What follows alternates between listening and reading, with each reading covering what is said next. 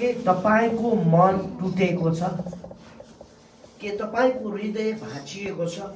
आज धेरैजनाको मन हृदय टुटेको छ, फुटेको छ, भाँचिएको छ। तर वचनले के भन्छ? भजन सङ्ग्रह 34:18 भन्छ, चूर्ण हृदय भएकाहरू सबैका नजिक परम प्रभु हुनुहुन्छ र निराश भएकाहरूलाई उहाँले बचाउनुहुन्छ। भजन सङ्ग्रह 34:18 यसरी हामीलाई यो वचनबाट उत्साह दिएको छ।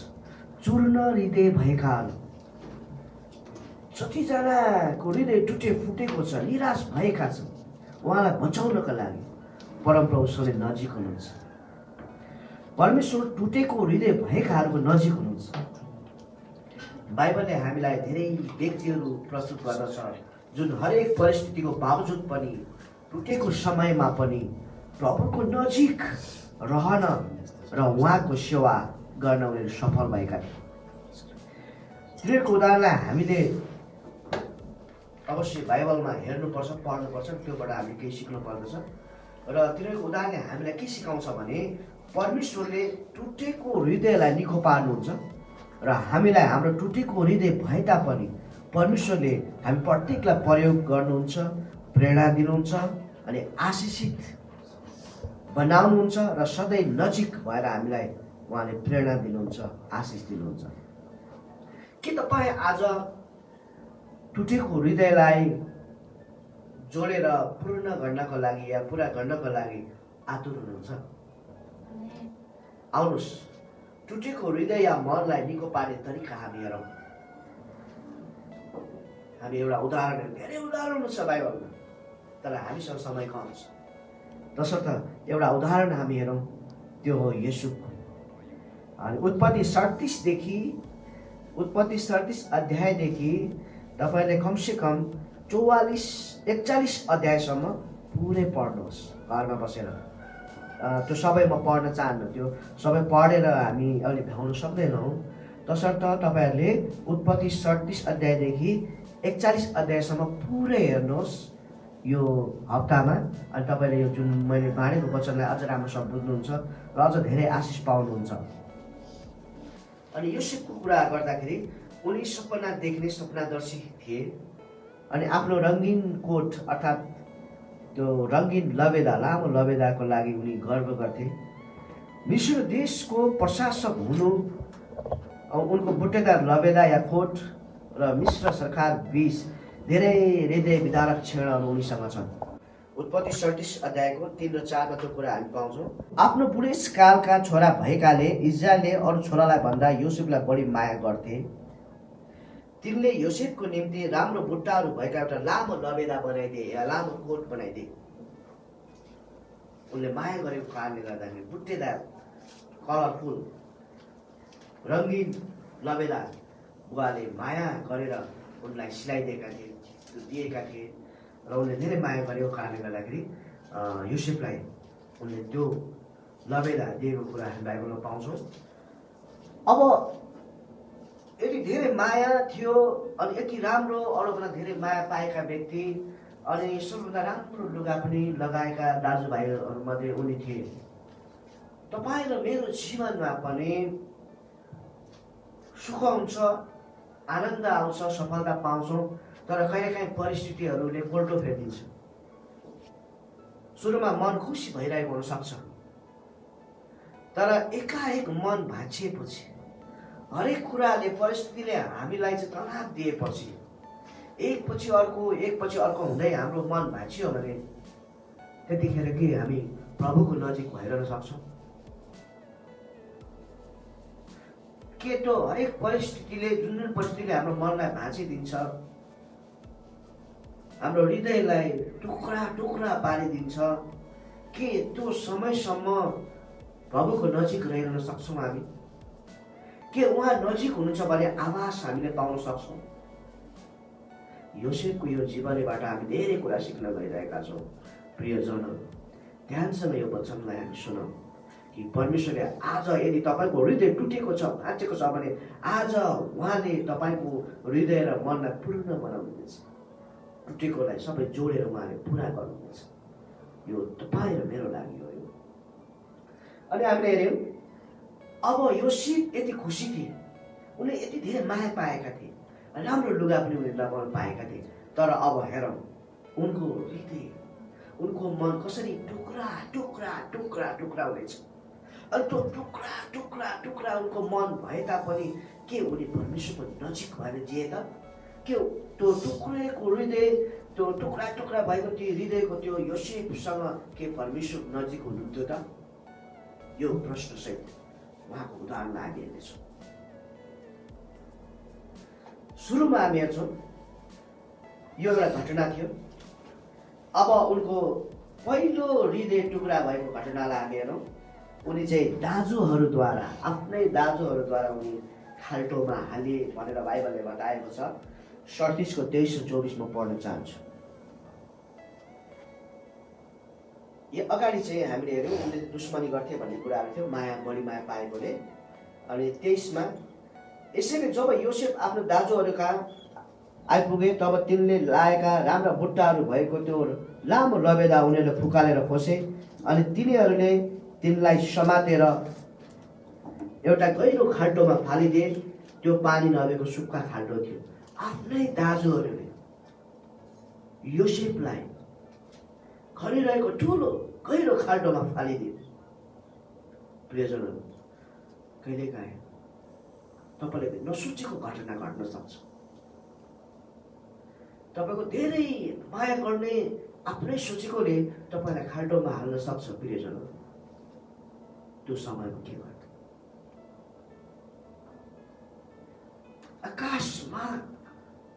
अकस्मात कुनै कुराहरू तपाईँको जीवनमा हुन जान्छ जो तपाईँले कहिले सोच्नु नै भएको छ।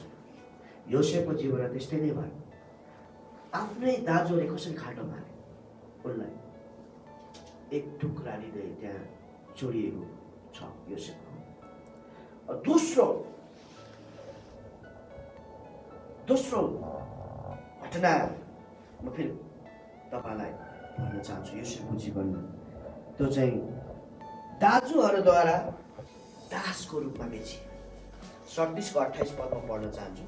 यसकारण जब मिद्यानी व्यापारीहरू त्यही बाटो भएर आए तब योसेफका दाजुहरूले तिनलाई खाल्टोबाट तानी निकालेर ती इस्माइलहरूका हातमा चाँदीका 20 सिक्कामा बेचिदिए। अनि तिनीहरूले योसेफलाई मिस्र लगे। फेरि खाल्टोमा हाल्ने पहिलो घटना, एक टुक्रा हृदय त्यहाँ चुड्यो। अर्को मन भाँच्ने काम आफ्नो दाजुहरूले के गरे भने उनलाई चाहिँ खाल्टोबाट निकालेर मिद्यानी व्यापारीहरूको हातमा बेचिदिए। योसेफलाई चाँदीको 20 सिक्का बेचिदिए। बाइबलले भन्छ रुपियाँ पैसाको मोह सबै खराबीको जड। कतिचोटि हामी रुपियाँ पैसाको कारणले गर्दा हामी आफ्नो अभिमानलाई बेचिदिन्छौँ, हामी आफ्नो मान्छेलाई बेचिदिन्छौँ। हामी इसाई प्रभुका जन, रुपियाँ पैसाले कहिले पनि स्वाभिमान कसैले हाम्रो नकिनोस्। रुपियाँ पैसाको क्षेत्रले हामीलाई कहिले पनि प्रभुदेखि अलग नबनायोस्। अर्को हृदय विदारक कुरा यहाँ भयो। त आफ्नै दाजुहरूले उनलाई 20 टुक्रा सिक्कामा बेचिदिए। कहिलेकाहीँ हामीलाई त्यस्तै लाग्छ, यति धेरै मैले गरेँ, यति धेरै गुण मैले गरेँ, तर आज मलाई पढ्दाखेरि उसले के गर्यो। यस्तो खालको कुराहरू हाम्रो जीवनमा आउन सक्छ। 2 पटक उनको हृदय टुक्रा भयो। तेस्रो पटक पनि उनको हृदय टुक्रा हुन्छ। 37 को 36 पद उत्पत्तिको। यसै बिचमा मिद्यानीहरूले योसेफलाई मिस्रका फारोको एकजना अधिकृत पोटिफरको हातमा बेचिदिए। फेरि त्यो मिद्यानीहरूले फेरि मिस्रको एकजना अधिकृत थिए, फारोका एकजना अधिकृत पोटिफर नाम गरेको मान्छेलाई बेचिदिए। फेरि एकचोटि बेचियो दासको रूपमा, फेरि अर्कोचोटि पनि बेचियो दासको रूपमा। तपाईँलाई थाहा छ किन बेच के को गरिन्छ? वस्तुहरू, जनावरको, चिज वस्तुको किनबेच गरिन्छ। अनि उनी चाहिँ किनबेच भइरहेका थिए। कहिलेकाहीँ हाम्रो जीवनमा यस्तो घटना पनि आउँछ, आफूलाई बेचिएको अनुभव हुन्छ। यस्तो खालको घटना। तेस्रो पटक उनको हृदय टुक्रा भयो। अब चौथो पटक पनि उनको हृदय टुक्रा हुन्छ। उत्पत्ति 39 को 11 देखि 20 यो पुरा पढ्न चाहन्छु, यसलाई व्याख्या गर्नु पर्दैन, यो घटना छ, सुन्नुहोस्। 39 को 11 देखि 20। एक दिन योसेफ आफ्नो काम गर्न घरभित्र गएका थिए। यो पोथिफरको घरमा भएको घटना। घरमा अरू कोही काम गर्ने मानिस थिएन। तिनले योसेफको लुगा समातेर भने, मसित सुत। तर आफ्नो लुगा तिनकै हातमा छोडेर योसेफ भागे र घरबाट बाहिर निस्के। योसेफले आफ्नो लुगा तिनकै हातमा छोडेर घरबाट निस्केको देखेर तिनले आफ्नो घरका नोकरहरूलाई बोलाएर भने, हेर, मेरो स्वामीले त यहाँ एक हिब्रू हाम्रो बेइज्जत गर्न ल्याउनु भएको रहेछ। त्यो मसित सुत्नलाई यहाँभित्र आयो र म चिच्चाएर कराएँ। म चिच्चाएर कराएको सुनि त्यसले आफ्नो लुगा मसँग छोडेर भाग्यो र घरबाट बाहिर निस्क्यो। तिनका पति घर नआउन्जेल तिनले त्यो लुगा आफ्नै साथमा राखिन् र उनी आएपछि तिनले यसो भनेर उही कुरा उनलाई पनि सुनाइन्, हामी कहाँ तपाईँले ल्याउनु भएको त्यो हिब्रू नोकर मेरो बेइज्जत गर्नलाई यहाँभित्र आयो। तर म चिच्चाएर कराउने बित्तिकै त्यसले आफ्नो त्यो लुगा म कहाँ छोडेर भागेर घरबाट निस्क्यो। तपाईँको नोकरले मसँग यस्तो व्यवहार गर्यो भन्ने कुरा जब योसेफका मालिकले आफ्नो पत्नीको मुखबाट सुने तब उनी रिसले राखे। उनले योसेफलाई राजाका कैदीहरू थुनिने झ्यालखानामा लगेर हालिदिए। योसेफ यसरी झ्यालखानामा परे। यौन दुर्व्यवहारको आरोप लाग्यो। यो चौथो पटक उनको हृदय टुक्रा टुक्रा भयो। नखाएको विष लाग्यो, नगरेको कुरामा उनलाई आरोप लाग्यो। प्रियजनहरू, यो एक उदाहरणले आज तपाईँ र मेरो हृदय कुन भागमा टुटेको छ आत्मसात गर्नु, त्यसलाई विचार गर्नु। कहिलेकाहीँ नगरेको कुराहरू आरोप लाग्दाखेरि कस्तो अनुभव हुन्छ, यहाँ कस्तो भयो होला, नगरेको कुराको कसुर भोगेर उनी झ्यालखानामा बस्नु पर्यो। चौथो पटक उनको हृदय टुक्रा भएको घटना छ। अर्को पाँचौं पटक पनि उनको हृदय टुक्रा भयो। उत्पत्ति 40 को 23 पदमा पढ्न चाहन्छु। तापनि मुख्य प्याउनेले योसेफलाई सम्झेर तर तिनलाई बिर्सिहाले। यो झ्यालखानाबाट घटना हुन्छ। यहाँ सपना देख्छन्। यो पनि सरसर्ती पढ्नु सायद तपाईँलाई सजिलो हुन्छ होला। चटुरा पढिदिन्छु। केही समयपछि मिश्रका राजाका मुख्य प्याउने र मुख्य पकाउनेले आफ्नो मालिक मिश्रका राजाको विरुद्धमा अपराध गरे। अनि अपराध गरेपछि दुवै थुनामा गए। एकपटक झ्यालखानामा 5 पददेखि उनीहरूले चाहिँ सपना देखे। बिहान अनि त्यो सपनाको अर्थ के हो भनेर उनीहरूलाई थाहा थिएन। तर योसेफले त्यो कुरा थाहा पाउँछन् र योसेफले चाहिँ सपनाको अर्थ खुलाइदिन्छन्। अनि खुलाउँदाखेरि त्यहाँ के हुन्छ भने सपनाको अर्थ चाहिँ के रहेछ भने 16 पददेखि मुख्य पकाउनेले पनि यसोलाई भने, मैले पनि यस्तो एउटा सपना देखेँ। मेरो टाउको रोटीका 3वटा टोकरीमा थिए। माथिल्लो टोकरीमा फारोको निम्ति पकाएका अनेक किसिमका खानेकुरा थिए। तर मेरो टाउकोमा भएको टोकरीबाट चराहरूले ठुङ्गी ठुङ्गी खाइरहेका थिए। यसैले भने यसको अर्थ यो हो कि 3वटा टोकरीहरू चाहिँ 3 दिन हो। 3 दिनभित्र फारोले तपाईँको शिर उडाइदिनुहुनेछ र तपाईँको रुखमा झुन्डाइदिनुहुन्छ तपाईँलाई, र चराहरूले तपाईँलाई मासु ठुकी ठुकी खानेछन्। तेस्रो दिन फारोको जन्मदिन थियो। त्यस दिन उनले आफ्नो सबै अधिकृतलाई भोज दिए र अधिकृतहरूका अघि ल्याएर उनलाई मुख्य प्याउने र मुख्य पकाउनेलाई खडा गरे। उनको मुख्य प्याउनेलाई चाहिँ आफ्नै काममा फेरि नियुक्ति गरे र यिनले फारोलाई कचौरा टक्राउने गरे। तर योसेफले उनीहरूको सपनाको अर्थ खोलिदिए चाहिँ मुख्य पकाउने चाहिँ फारोले चाहिँ झुन्डाइदिए। मुख्य पकाउनेले चाहिँ फारोले झुन्डाइदिए। तर मुख्य प्याउनेले चाहिँ यता उनलाई बिर्सिदिए। किनभने उनीहरूले भनेका थिए यदि यो कुरा सही सत्य निस्क्यो र यदि हामी यो झ्यालखानाबाट निस्क्यौँ भने म तपाईँलाई यो झ्यालखानाबाट निकाल्नको लागि म राजासँग अनुरोध गर्नेछु भन्ने कुरा गरेका थिए। तर यिनले बिर्से। सुन्नुभयो, कहिलेकाहीँ तपाईँले धेरै सहायता गर्नुभएको मान्छेले तपाईँले हरेक परिस्थितिमा सहायता गर्नुभएको त्यो मानिसले तपाईँलाई पढ्दाखेरि बिर्सिदिन्छ। तपाईँलाई यस्तो टुक्रा लिँदै हुन्छ, आज मेरो मन रोएको छ, उसलाई पढ्दा पनि के चाहिँ गरेन, यो गरे त्यो गरे, तर आज मलाई पढ्दाखेरि उसले एक कलसम्म पनि गरेन। हेर्नुहोस् त, कतिचोटि योसेफको जीवनमा हृदयहरू टुक्रा टुक्रा टुक्रा टुक्रा पारे। तर पनि परमेश्वरले उनको साथ छोड्नु भएन। योसेफको साथमा हुनुहुन्थ्यो। जहाँ जहाँ उनी जान्थे, त्यहीँ त्यहीँ परमेश्वर हुनुहुन्थ्यो, जसको कारण उनी आशिषित बने र उनी जहाँ जान्थे त्यहाँ आशिषको झरी बर्सिन्थ्यो। आमेन।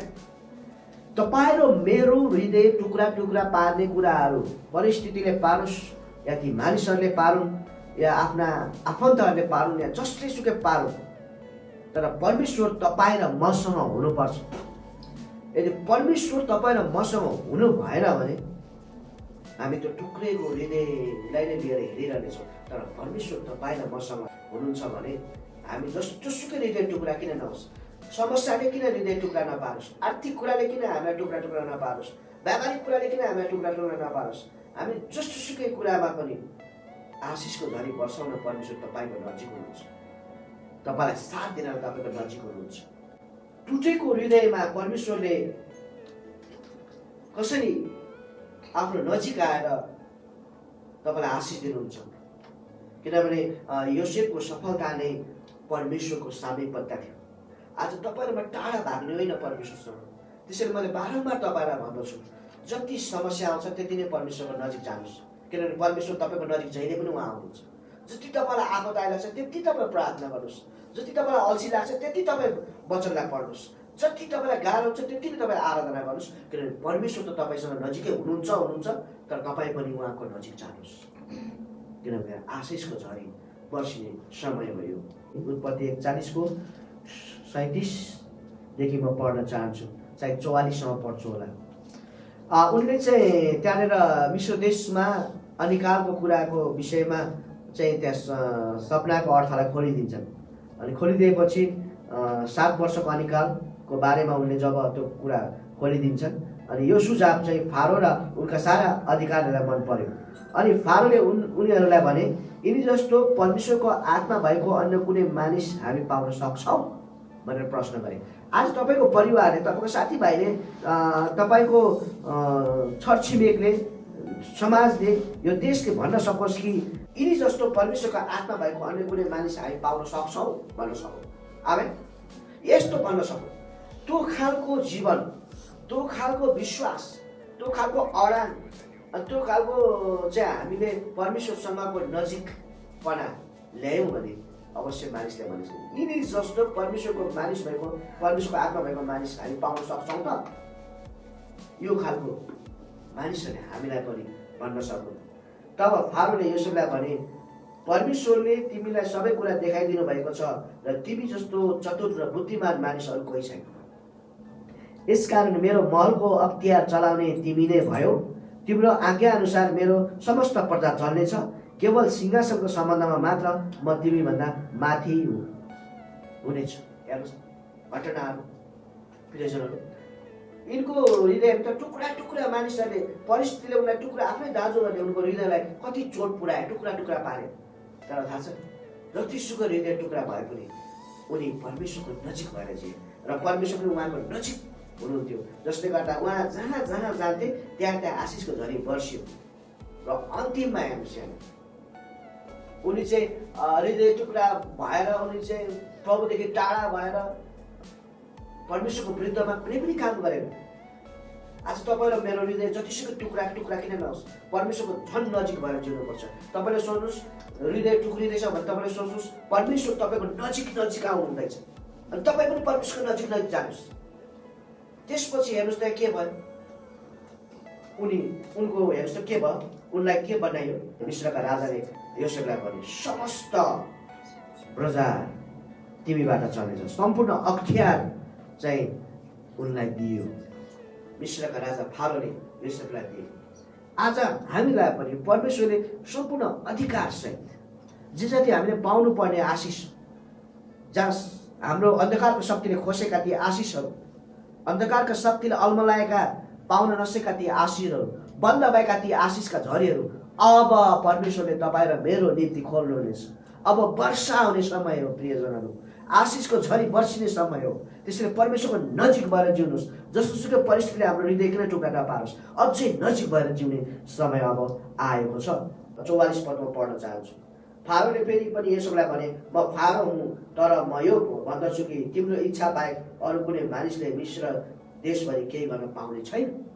यति समय हेर्नुहोस्, दाजुभाइले हेला गरेर खाल्टोमा पुरेको मान्छे, अनि त्यो हृदय टुक्रा टुक्रा भएको मान्छे, यौन दुर्व्यवहार लागेको मान्छे, झ्यालखानामा परेको मान्छे, आज हेर्नुहोस् त त्यही देशको राजाभन्दा दोस्रो, राजा पहिलो अनि दोस्रोमा योसेफ अख्तियार पाएर त्यहाँनिर उनको इच्छा बाहेक मिसर देशले केही गर्दैन थियो। यस्तोसम्म आशिषको झरी बर्सियो प्रियजनहरू। तसर्थ हामी हरेक परिस्थितिलाई परमेश्वरको हातमा राख्दै उहाँको नजिक भएर जिउँ भने अवश्य नै परमेश्वरले तपाईँको योजनाहरू पुरा गर्न तयार हुनुहुन्छ। जे होस्, योसेफले आफ्ना दाजुहरूलाई घृणा गरेनन्, अन्तिममा बदला पनि लिएनन्। यो सबको रहस्य एउटै थियो, उनले माफी दिए। माफ दिने मान्छे बन्नको निम्ति टुटेको मन भए पनि परमेश्वरमा योग्य जीवन हामीले जिउँछौँ भने, परमेश्वरसँग नजिक रहने वातावरण हामी सिर्जना गर्छौँ भने परमेश्वरले त्यहाँ उन्नति र आशिष ल्याउनुहुनेछ अनि त्यहाँनिर माफी मानिसलाई हामी दिन सक्नेछौँ। योसेफको टुटेको हृदय जसले घाउ दिए तिनीहरूलाई नै उनले क्षमा दिएर उनको घाउ निको भयो। जसले तपाईँको हृदयलाई टुक्रा टुक्रा पारेको छ उनीहरूलाई माफ दिनुहोस्। तपाईँले उनीहरूलाई माफ दिनुभयो भने तपाईँको हृदयको चोट परमेश्वरले निको पार्नुहुन्छ। आज परिस्थितिले तपाईँलाई चोट पुर्याएको छ भने त्यो परिस्थितिलाई माफ दिनुहोस्, परमेश्वरको नजिक भएर जिउनुहोस्, तपाईँको हृदय निको हुनेछ। उत्पत्ति 45को 1देखि 28 म पढ्न चाहन्छु, सरल पढ्न चाहन्छु। तब आफ्नो वरिपरि उभिने सबै सेवकका सामुन्ने आफूलाई सम्हाल्न नसकेर योसेफले कराएर भने, सबैजनालाई यहाँबाट बाहिर पठाइदेऊ। यसैले योसेफले आफ्नो दाजुभाइहरूसँग आफूलाई प्रकट गर्दा त्यहाँ अरू कोही थिएन। अनि तिनी यति ठुलो स्वरले रोए कि मिश्रीहरूले यो सुने र फारोका परिवारहरूले पनि यो कुरा थाहा पाए। योसेफले आफ्नो दाजुभाइलाई भने, म योसेफ हुँ, के मेरो बुवा जीवितै हुनुहुन्छ? तर तिनका दाजुहरूले तिनलाई जवाब दिन सकेनन्, किनकि तिनको सामुन्ने उनीहरू डराएका थिए। तब योसेफले आफ्नो दाजुभाइहरूलाई भने, कृपा गरी मेरो नजिक आऊ। उनीहरू नजिक गएपछि तिनले भने, तिमीहरूले मिश्रमा बेचेका तिमीहरूको भाइ मर्यो। तिमीहरूले मलाई बेचेकोमा अब दुःख नमान। हेर्नुहोस् त, माफी दिएको कुरा, अब दुःख नमान, आफैमाथि रिस पनि नगर, किनकि जीवन बचाउनका निम्ति परमेश्वरले मलाई तिमीहरूभन्दा अघि यहाँ पठाउनु भएको हो। हेर्नुहोस् त, उनले नकारात्मक कुरा राख्ने सकारात्मक ढङ्गले प्रस्तुत गरे, सकारात्मक सोचे। देशमा अनिकाल भएको 2 वर्ष भयो, अझै 5 वर्षसम्म कहीँ पनि हलो जोतिने छैन, अनाजको कटनी पनि हुने छैन। अनि तिमीहरूलाई एउटा भागको रूपमा पृथ्वीमा जोगाएर राख्न र तिमीहरूको जीवन बचाउन भनी परमेश्वरले मलाई तिमीहरूभन्दा अघि यहाँ पठाउनु भएको। हेर्नुहोस् त, जसले हृदयलाई टुक्रा बनायो उनीहरूलाई नै उनीहरूले क्षमा दिएर राम्रो कुरा सकारात्मक ढङ्गले उनी प्रस्तुत भएका थिए। यसैले मलाई यहाँ पठाउने तिमीहरू होइनौ तर परमेश्वरै हुनुहुन्छ। र जति परिस्थितिहरू घट्छ, हाम्रो हृदय टुक्रा टुक्रा भयो भने त्यो सायद परमेश्वरको योजना नै हुनसक्छ, किनभने त्यहाँ अझै धेरै उहाँले आशिष दिन चाहनुहुन्छ। सायद उहाँले मलाई फारोको बुबा तुल्य र उनका सारा परिवारका मालिक र मिश्रभरिका शासक तुल्याउनु भएको छ। अब झट्टै मेरो बुबा कहाँ गएर उहाँलाई भन, तपाईँको छोरा योसेफ यसो भन्छ, परमेश्वरले मलाई सारा मिश्रका मालिक तुल्याउनु भएको छ, कति पनि अबेर नगरी म कहाँ आउनुहोस्। 14 पदमा पढ्छु एकैचोटि। तब आफ्नो भाइ बेन्यामिनको गलामा अँगालो हालेर तिनी खुब रोए, बेन्यामिन तिनको गालामा टाँसिएर रोए। अनि तिनले आफ्नो दाजुहरूलाई मही खाए, उनीहरूसित रोए। त्यसो तिनका दाजुहरूलाई पनि तिनीहरूसँग कुराकानी गरे। हेर्नुहोस्, जसले उनको हृदयलाई टुक्रा टुक्रा बनायो, ती व्यक्तिहरूसँग गला मिलाएर अनि होइन माया गरेर मही खाए अनि कुराकानी टन्न कुराकानी गरे। आज परिस्थितिले तपाईँलाई टुक्राएको होला, अघि भनिसकेँ मैले, आफन्तले टुक्राएको होला, नजिकको मान्छेलाई टुक्राएको होला, विभिन्न कुराले तपाईँको मन मस्तिष्कमा टुक्राएको होला। तर तिनीहरूलाई अँगाल्न सिक्नुहोस्, त्यो परिस्थितिलाई पनि अँगाल्न सिक्नुहोस्। आर्थिक कुराको अभाव होला, त्यो कुरालाई अँगाल्नुहोस्, परमेश्वर तपाईँको नजिक हुनुहुन्छ। व्यावसायिक ढङ्गमा धारासी भएको होला, त्यो कुरालाई पनि अँगाल्नुहोस्, परमेश्वरले त्यही तपाईँलाई आशिष दिनुहुन्छ। जसले तपाईँलाई चोट पुर्याएका छन् तिनीहरूलाई क्षमा दिनुहोस्, परमेश्वरले त्यहीँनिर आशिष दिनुहुनेछ जसरी योसेफले गरे यी कुराहरू। त्यस पछाडि घटना यो पुरै तपाईँले घरमा पढ्नुहोस्, मैले अघि भनिसकेँ। त्यस पछाडि मिश्र देशमा ल्याउनको लागि फारो पनि खुसी भए अनि फारोले सबै यसोसँग भने कि मिश्र देशमा सबभन्दा बढी उब्जनी हुने राम्रो उब्जनी हुने ठाउँ म दिनेछु भनेको घटना छ। र त्यहाँनिर उनको उन्नति भयो। जहाँ जहाँ हृदय टुक्रा हुन्छ त्यहाँ परमेश्वर तपाईँको नजिक हुनुहुन्छ र तपाईँ पनि परमेश्वरको नजिक हुनु भने त्यहाँनिर उन्नति र सफलता र आशिष परमेश्वरले दिनुहुन्छ। जहाँ जहाँ तपाईँलाई गाह्रो छ, जुन जुन कुरामा गाह्रो छ त्यो कुरालाई तपाईँले अगाल्दै जानुहोस्, तपाईँलाई परमेश्वरले त्यहीँनिर आशिष दिनुहुन्छ। र यो अवस्था पनि त्यस्तै छ हाम्रो जीवनमा अहिलेको, तर यहीँनिर परमेश्वरले आशिष दिनुहुन्छ। तर हामी धैर्य धारण गरेर उहाँसँग नजिक भएर जिएर हामीले प्रतीक्षा गर्यौँ भने परमेश्वरले फेरि आशिष दिन तयार हुनुहुन्छ। परमेश्वरलाई धन्यवाद होस्। धन्यवाद। जय मसीह। परमेश्वरलाई धन्यवाद भएको होस्।